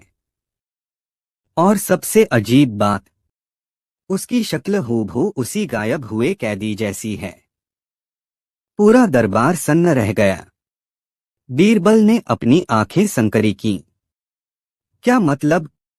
वो व्यक्ति जेल में है, लेकिन कह रहा है कि वो वही नहीं है। जी, सुरक्षा प्रमुख बोला। और उसके पास ऐसा कोई चिन्ह, नाम या जानकारी नहीं है जिससे यह साबित हो सके कि वह वही है जो पहले बंद था। हमारे पास जो रजिस्टर है उसमें उसका नाम, हुलिया और जुर्म सब लिखा है, लेकिन वह हर सवाल पर बस एक ही बात कहता है, मैं गलत इंसान हूँ। अकबर ने सिर हिलाया और बोला, बीरबल, ये तुम्हारे समझदारी का मामला है। जाकर देखो क्या माजरा है। जेल में पहली मुलाकात। अगली सुबह बीरबल दिल्ली किले की जेल पहुंचे। वहां उन्हें एक हष्टपुष्ट, शांत चेहरा वाला आदमी मिला जो चुपचाप जमीन पर बैठा था। बीरबल ने पूछा, तुम्हारा नाम क्या है? आदमी बोला, मुझे नहीं पता। तुम्हें क्यों बंद किया गया? मुझे नहीं पता। जब आंख खुली तो मैं यहीं था। बीरबल मुस्कराए। तुम्हें अपने बारे में कुछ भी याद नहीं है? बिल्कुल नहीं। न नाम, न गांव, न जुर्म। मैं तो यहां गलती से आ गया हूं। बीरबल ने जेलर को बुलाया और रजिस्टर मांगा। उसमें साफ लिखा था, नाम रामनाथ, गांव हसनपुर, जुर्म गांव के मंदिर से चांदी की मूर्ति चोरी करना, पकड़े जाने का समय 2 हफ्ते पहले, सबूत चोरी के वक्त पकड़ा गया, चांदी की मूर्ति उसी की थैली से बरामद हुई। बीरबल ने सिर खुजलाया। तो 2 हफ्ते पहले ये व्यक्ति पकड़ा गया था और अब अचानक इसे याद नहीं कि ये कौन है। जेलर बोला, जी, पहले दिन वो पूरी तरह सामान्य था, लेकिन चौथे दिन से धीरे धीरे वो चुप रहने लगा। फिर अचानक एक सुबह बोला, मैं रामनाथ नहीं हूं। बीरबल समझ गए ये कोई चाल है। बीरबल की पहली परीक्षा, पहचान की उलझन। बीरबल ने दरबार में लौटकर पूरा मामला सुनाया। अकबर बोले, क्या ये हो सकता है कि ये कोई और व्यक्ति हो? असली कैदी भाग गया हो और ये कोई दूसरा हो? बीरबल बोले, संभव तो है, लेकिन जब तक हम प्रमाण न पाए कुछ नहीं कहा जा सकता। इसने खुद को गुम कर दिया है, अपने नाम, पहचान और इतिहास से। लेकिन ये भूल गया कि बीरबल जैसे लोग गुम नहीं होते। अकबर मुस्कुराए। तो क्या योजना है? एक जाल बिछाना होगा जहां इसकी याददाश्त की असलियत सामने आए। बीरबल की योजना, खोई याद के इर्द गिर्द। बीरबल ने अगले दिन उसी कैदी से अकेले में मिलने की इच्छा जताई। उन्होंने कैदी के सामने एक नया व्यक्ति लाकर खड़ा कर दिया और कहा, यह है तुम्हारा छोटा भाई अर्जुन। इसे देखते ही तुम्हारी याददाश्त लौट आएगी। कैदी ने उसे देखा और बोला, मैं इस व्यक्ति को नहीं जानता। बीरबल ने मुस्कराते हुए कहा, तुम सच कह रहे हो, ये तुम्हारा भाई नहीं है। लेकिन तुमने साफ साफ इसे नकारा, तो तुम्हें झूठ की पहचान है। इसका मतलब तुम सब जानते हो, सिर्फ मान नहीं रहे हो। कैदी चुप। अब बीरबल ने अगला वार किया। उन्होंने कहा, अच्छा, हम मान लेते हैं कि तुम रामनाथ नहीं हो, तो हम तुम्हें छोड़ देते हैं। लेकिन शर्त यह है, जैसे ही कोई दूसरा अपराधी सामने आएगा, तुम्हें उसके जुर्म की सजा काटनी होगी। तैयार हो? कैदी चौंका। क्यों? मैं क्यों किसी और की सजा भुगतूं? बीरबल बोले, तुम्हें तो याद ही नहीं कि तुम कौन हो। इसलिए अब से तुम सरकारी नामहीन हो और तुम्हारा उपयोग किसी भी अपराध के लिए किया जा सकता है। देश में जितने अपराध होंगे हम एक एक दिन तुम्हारे हिस्से डालेंगे। कैदी की आंखें फैल गईं। माथे पर पसीना आ गया। नहीं, ये तो अन्याय है। बीरबल मुस्कराए। तो अन्याय समझ आता है, लेकिन अपना नाम याद नहीं। अब बताओ तुम कौन हो? कैदी ने सिर झुका लिया। कुछ क्षणों की चुप्पी के बाद वह बुदबुदाया, रामनाथ। मेरा नाम रामनाथ है। मैं ही हूं जिसने मंदिर से मूर्ति चुराई थी। पूरा सच सामने आ गया। दरबार में पर्दा उठा। अगले दिन बीरबल ने दरबार में सारी बात रखी। अकबर बोले, तो उसने जानबूझकर अपनी पहचान खोने का नाटक किया। बीरबल बोले, जी ये नया तरीका था, गायब होना बिना भागे।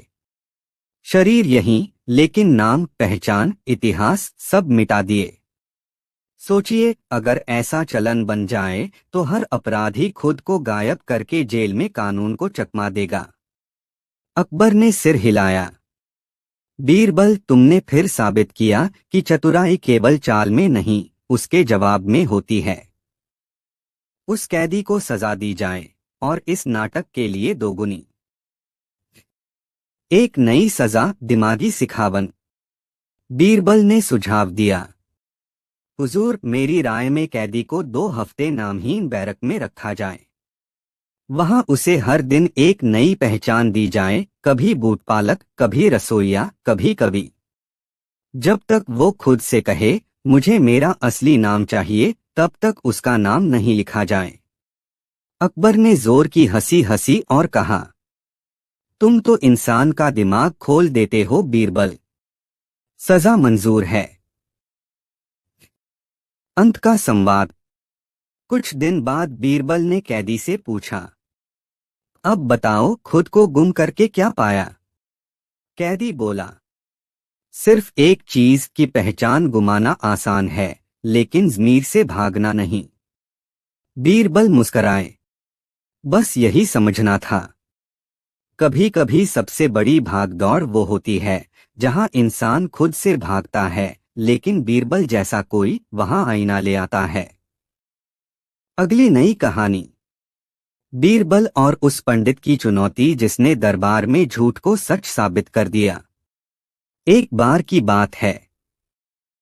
मुगल सम्राट अकबर का दरबार जैसे ही शुरू हुआ, बाहर पहरेदारों में खलबली मच गई। दरवाजे पर एक शानदार जटाजूटधारी पंडित केसरिया वस्त्रों में ऊंचे स्वर में घोष करता हुआ आया, मुझे सम्राट से मिलना है। मेरे पास ऐसा ज्ञान है जो झूठ को भी सच बना सकता है। पहरेदारों ने बात को मजाक समझा, लेकिन उसकी भाषा और आत्मविश्वास देखकर उसे दरबार में लाया गया।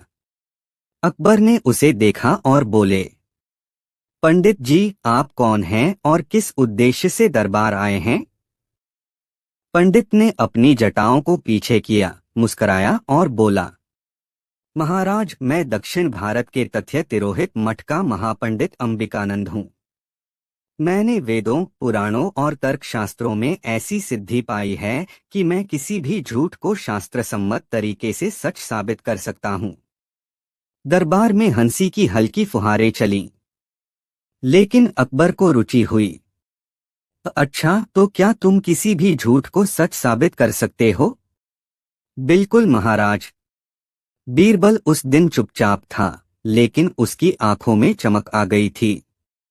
अकबर ने कहा, तो ठीक है पंडित जी, हम आपको 1 सप्ताह का समय देते हैं। आप एक ऐसा झूठ तैयार कीजिए जिसे आप हमारे दरबार में हमारे विद्वानों और मंत्रियों के सामने सच साबित कर सकें। अगर आप सफल हुए तो आपको 1000 स्वर्ण मुद्राएं दी जाएंगी, और असफल हुए तो आपको सार्वजनिक रूप से झूठा घोषित किया जाएगा। पंडित ने मुस्कुराकर सिर झुकाया और चला गया। सप्ताह भर बाद दरबार भरा हुआ था। सभी दरबारी उत्सुक थे कि यह पंडित आखिर क्या करने वाला है। बीरबल आज भी चुप था, मानो कोई रहस्य जानता हो। पंडित ने मंच पर खड़े होकर अपनी कथावाचन की मुद्रा में कहा, हे सम्राट, हे विद्वान जन, आज मैं एक सच्चा प्रसंग सुनाने जा रहा हूँ। एक बार एक आदमी ने अपनी मृत्यु के बाद अपने घर लौटकर अपनी विधवा पत्नी से यह पूछा कि मेरी चप्पलें कहाँ हैं, और उसकी पत्नी ने चप्पलें लाकर दे दी। तब उस मृत व्यक्ति ने चप्पलें पहनकर यमराज के पास वापस जाकर कह दिया कि मुझे अभी मरना नहीं है, मेरी चप्पलें भी यहीं थीं, और यमराज ने उसे छोड़ दिया। पूरा दरबार सन्न। अकबर ने कहा, पंडित जी, ये तो सरासर कल्पना है। कोई मृत व्यक्ति मरने के बाद घर वापस कैसे आ सकता है? पंडित ने तर्क प्रस्तुत करना शुरू किया। महाराज, वेदों में लिखा है, मनसा कल्पिता वस्तु सत्यमेव जायते, अर्थात जो हम सोचते हैं वही सत्य बनता है। जब कोई मनुष्य दृढ़ विश्वास से कल्पना करता है तो वह ब्रह्मांड की चेतना को प्रभावित करता है। मृत्यु स्थिर नहीं है, चेतना में प्रवाह है। उसने मंत्रों के उदाहरण दिए, उपनिषदों के संदर्भ दिए और इतनी जटिल बातें कहीं कि दरबार के आधे लोग मंत्रमुग्ध हो गए।